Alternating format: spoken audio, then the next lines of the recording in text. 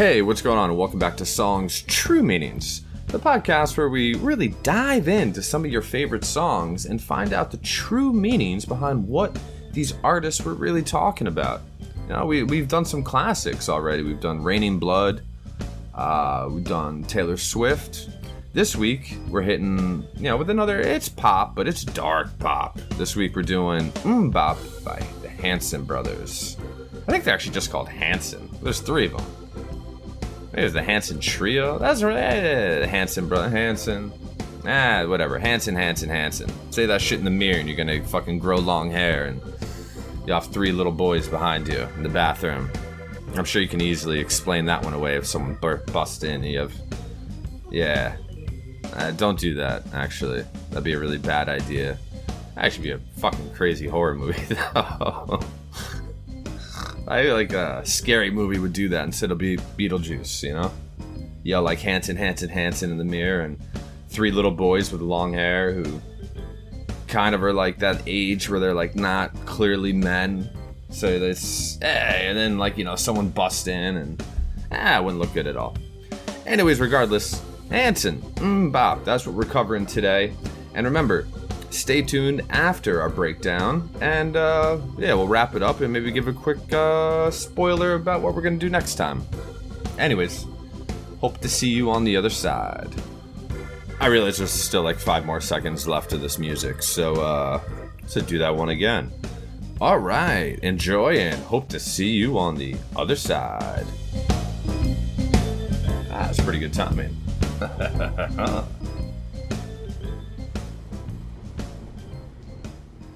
So for starters, this song is about childhood. Since they're brothers, there's 3 of them, they definitely shared a lot as kids, you know? Like, they probably told each other little secrets or who they had crushes on or, I don't know, little fucking childhood shit like that. They definitely did that. And that's kind of what the song is about, is them telling us about their childhood. So I'll run through the lyrics real quick, give my breakdown of some different sections, and then... kind of tie it all together at the end and what I believe it's about.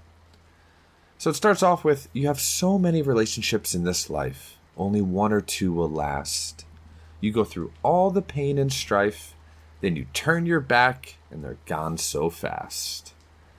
So just the opening there, you have so many relationships in this life, only 1 or 2 will last. To me, this could reflect a child's point of view of adults that don't stick around. You know, the child, having been let down repeatedly, begins to unconsciously understand how fragile or fleeting these relationships are, especially ones where the trust may be broken. Like, I'm not a child myself, but I was one once, and while I don't really remember that much about it, I'm sure if an adult broke my trust, I wouldn't really trust them anymore. Maybe not just that specific adult, maybe all adults, you know? Like, I could think all adults just fucking lie if I had a bad experience. You go through all the pain and strife, then you turn your back and they're gone so fast. I mean, this just reiterates betrayal. Someone who was trusted, but vanished. There's something, like, unsettling about this line in such a happy song. You know, you go through all the pain and strife, then you turn your back and they're gone so fast.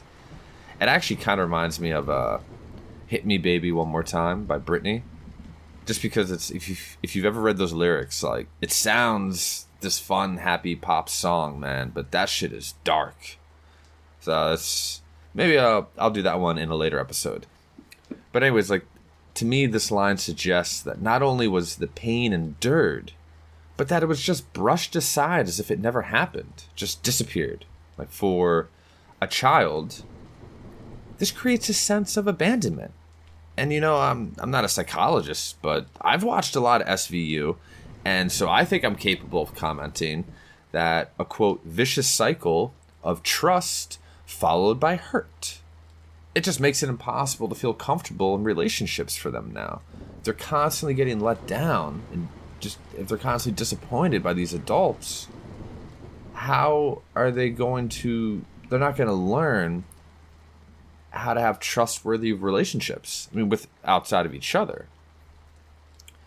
So I think these opening lines are phenomenal because they set the tone for the whole song.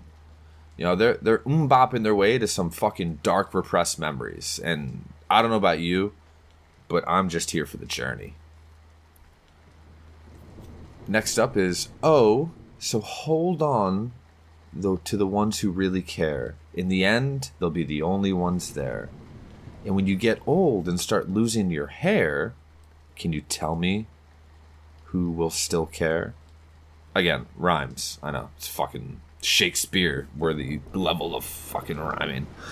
So the first three lines here, I think it's really just them trauma bonding over this shared horrible experience. Also, hold on to the ones who really care. In the end, they'll be the only ones there. You know, it's like, as someone who probably has repressed trauma, I mean, I don't know, I could. If I do, it's definitely repressed because I have no fucking memory of it at all. But regardless, I'm sure if my repressed trauma was unrepressed, expressed, I'd be looking for a trauma buddy too. You know, it makes sense. Like, if you got trauma, you kind of want a trauma bond with someone. Makes sense to me.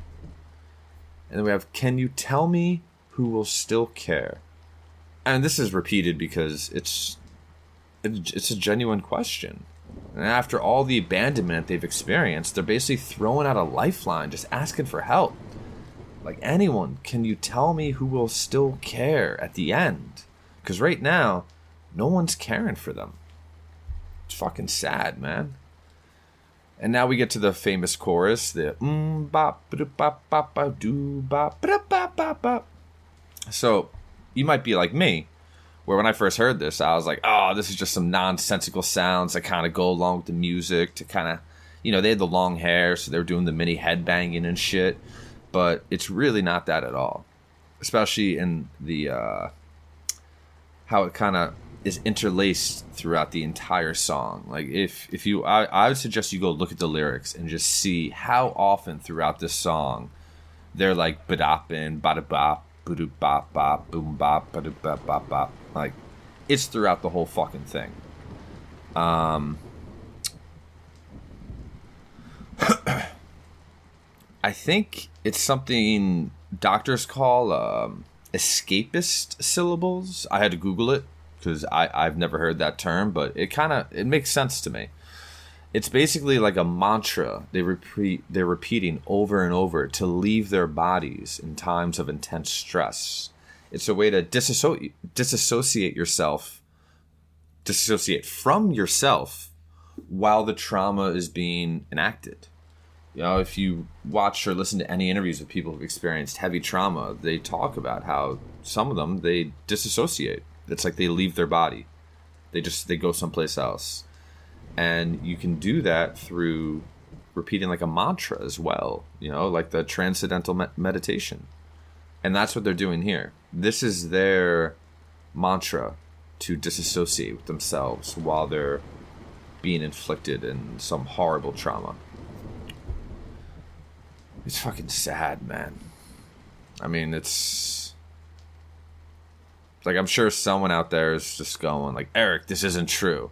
Well, you know what? Fine. That's your opinion. But then please explain to myself and all the other listeners, how else are we supposed to interpret the line, in a bop, they're gone? Like what? Are they bopping their fucking Happy Meal or their lunch or burger or something? I mean, come on. To me, it's obviously they're bopping out of some trauma. I would love to hear another interpretation, but with everything else that they wrote, I don't see how it could be interpreted as anything else. And honestly, I kind of feel bad continuing here. I feel like it's almost too invasive for us to know all these secrets about the Hanson brothers. But, you know, for the betterment of society, I will continue. All right? I don't want to, but someone's got to do it. So after the first chorus, you know, we kind of, I don't even know if, I feel bad even calling it like a verse. It's really just kind of like a, you know, you ever read things written by like a dude who's in like a mental hospital in those movies, you know, where they have like all crazy lyrics and shit with just shit written everywhere? That's basically what this song kind of feels like when you look at the lyrics. It's a mess. So we'll say verse 2-ish. Plant a seed, plant a flower, plant a rose. You can plant any one of those. Keep planting to find out which one grows. It's a secret no one knows. I mean, there's a few different ways to interpret the seed, flower, and rose. My first initial thought was it was actually their nicknames. You know, one was plant, one was seed, one was rose. Then I realized when I took a step back and thought about it more, I think this is defeat is really what they're singing about. This is them giving up and deciding not to fight back anymore. You know, it's like, try a seed, try a flower, try a rose. You can do whatever you want. No one is going to know. Again, it's a fucking sad little quartet of lyrics. I think a couplet makes sense that that's only 2 lyrics. So we'll say it's a sad set of lyrics. There's just so much pain behind it, you know? Just keep planting to find out which one grows. It's a secret no one knows. They're telling you, I'm not going to tell anyone. And this is then reiterated in the next section. They have this big section where they just keep repeating the same 2 lines over and over again. I guess it's like their bridge. I don't know. I don't know the structure of this song. I don't have a PhD in music. And even if you did, I think you'd be like, nah, there's no structure here. So this last part is just like, can you tell me? Oh, no, you can't, because you don't know. Can you tell me? You say you can, but you don't know. And that's just repeated, essentially, ad nauseum. I mean, here, this is them lashing out to others. Like, fuck you. You don't know me. You can't help me. Can you tell me why I'm always sad? No, because you don't know. Can you tell me why I'm always angry? No, because you don't know. Can you tell me why I love to kill little animals in my backyard? No, because you don't know. It's almost like a fucking suicide note. No one can help me because no one knows? I don't know. We just finished watching Dexter, and that shit was the most emo-written show I've ever seen in my life. And this shit's this is almost as emo as that. Can you tell me? No, because you don't know. Nobody knows. It's just, it's fucking dark, man, because it's coming from a little kid. But also, they're still alive now, so it's not like they offed themselves after they wrote this song. It's just, if what they write about in the song is true, man, that shit's fucking sad. If they're just doing this shit, to try and, be edgy and emo, man, that shit's fucking... They got something wrong. It's dark. It's very sad. And, yeah, just doing this whole fucking episode has just made me sad. I want to have to do a happy song next. Because this one was just depressing. I was hoping it was going to be like MMMBop to the ice cream store or some shit. But no, not at all. Yeah. So, I don't know. Just to wrap it up, we don't have access to the original notes on this one. So I can't tell you exactly what they were thinking. So we're just going to take a guess. Personally, I feel all of this trauma and darkness regarding their childhood can really only lead us to one conclusion. And unfortunately, we need good old Detective Olivia Benson to get to the bottom of it. But we all know where this is going. And it's not fun. I think the song is about an uncle who is a little too touchy around the holidays, I always wanted you to hop on his lap. He never stood up. Because, I always wanted you to come to him. And then maybe he would come on you. But